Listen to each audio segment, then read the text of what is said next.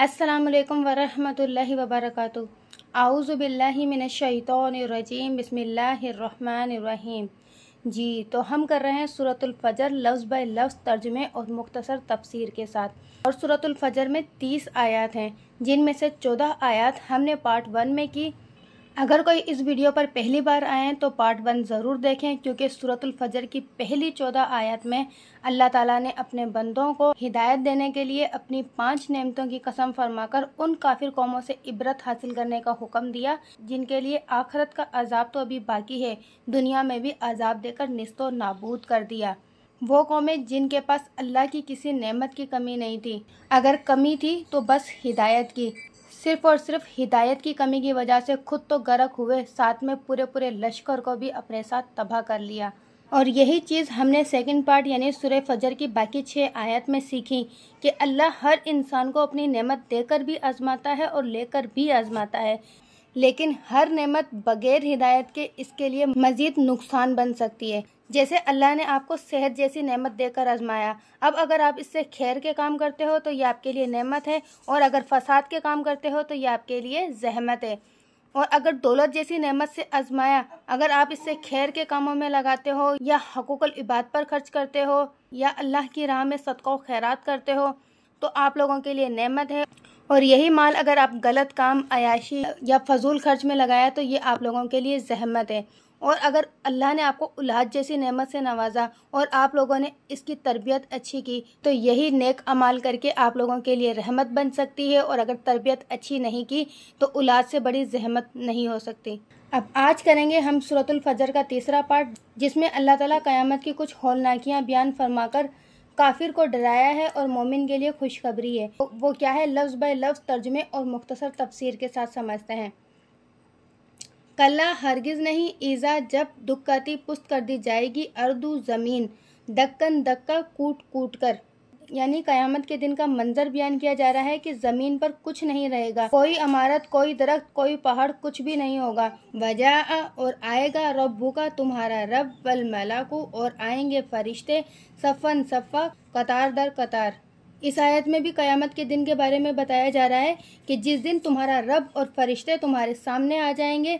वजिया और लाई जाएगी यौमइज़िन, उस दिन भी जहन्नमा, जहन्नुम। यहाँ भी क़यामत के दिन का जिक्र बयान किया जा रहा है कि उस दिन जहन्नुम भी जब तुम्हारे सामने आ जाएगी। यौमइज़िन, उस दिन यतज़क्करु सोचेगा इंसान, व अन्ना और कहाँ, लहू उसके लिए ज़िक्र सोचना, यानी उस दिन इंसान सोचेगा जब अपनी आँख से क़यामत देखेगा, अपने रब को अपने सामने देखेगा, फरिश्तों को कितारों में देखेगा, जहन्नुम को जब अपनी आँखों से देखेगा फिर सोचेगा। यकूलू वो कहेगा, या लैतानी ए काश, कद्दमतु मैंने पहले भेजा होता, ली हयाती अपनी ज़िंदगी के लिए। यानी जब इंसान अपनी आंखों से क़यामत देख लेगा, अपने रब को देख लेगा, तमाम फरिश्तों को देख लेगा जो उसको घेरे हुए होंगे, जिस दिन जहन्नुम उसके सामने आ जाएगी, उस दिन इंसान सोचेगा कि मैंने ये क्या कर दिया, ये सब तो सच था, काश मैं दुनिया में ईमान ले आता, काश मैंने नेक काम किए होते, काश मैंने चंद पल की ज़िंदगी के लिए, कुछ ख्वाहिशों के लिए अपनी जान पर जुल्म ना किया होता, काश मैंने इस दिन के लिए तैयारी की होती। लेकिन उस वक्त ये सोच, ये जिक्र, ये ख्याल कुछ काम नहीं आएगा। फ़यौमइज़िन, बस उस दिन, ला युअज़्ज़िबु अज़ाब ना देगा, अज़ाबहु उसका अज़ाब, अहद कोई एक, यानी उस दिन इंसान को ऐसा अज़ाब दिया जाएगा जो पहले दुनिया में अल्लाह ताला ने किसी कौम पर नाजिल नहीं किया। क्योंकि दुनियावी अज़ाब की एक मुद्दत होती है, लेकिन वो अज़ाब, उसकी कोई मुद्दत नहीं होगी, वो अज़ाब हमेशा हमेशा के लिए होगा।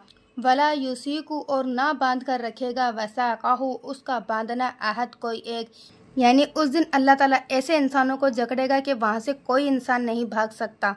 यहाँ तक तो गाफिल लोगों का जिक्र हो गया, आगे है मोमिन के लिए खुशखबरी। या अय्युतुहन नफ्सु, ए नफ्स मुतमईना इत्मीनान वाली, इरजी लौट चल, इला तरफ रब्बिका अपने रब के, रादियातन राजी होकर, मर्दियातन वो तुझसे राजी। उन लोगों को खुशखबरी दी जा रही है जो इस दुनिया में अल्लाह की रज़ा पर राज़ी रहे और अल्लाह की रज़ा के लिए नेक अमाल किए, तो अल्लाह ताला उनसे कहेगा कि मैं तुम लोगों से राज़ी हूँ, क्योंकि तुम लोग मेरी रज़ा पर राज़ी रहे, तो अपने रब की तरफ लौट चलो, यानी कि अपने रब की तरफ आ जाओ। फदखुली पस दाखिल हो जाओ, फ़ी में इबादी मेरे बंदों में, वदखुली और दाखिल हो जाओ, जन्नती जन्नत में, यानी कि मेरे बंदों में दाखिल हो जाओ और मेरी जन्नत में दाखिल हो जाओ। सुबहान अल्लाह। अल्लाह ताला हम सबको ये कलमात सुनने की तौफीक अता फरमाए। आज का लेसन यहीं तक। उम्मीद करती हूँ कि आज की वीडियो भी आप लोगों को अच्छी लगी होगी। अगर वीडियो अच्छी लगी है तो वीडियो को लाइक और चैनल को सब्सक्राइब ज़रूर कीजिएगा और सदका जारिया समझकर दूसरों के साथ भी शेयर करें ताकि क़यामत तक इस नेकी के ज़रिए हम और आप सवाब हासिल करते रहें बहुत सारी दुआओं के साथ। अस्सलामु अलैकुम व रहमतुल्लाहि व बरकातुहू।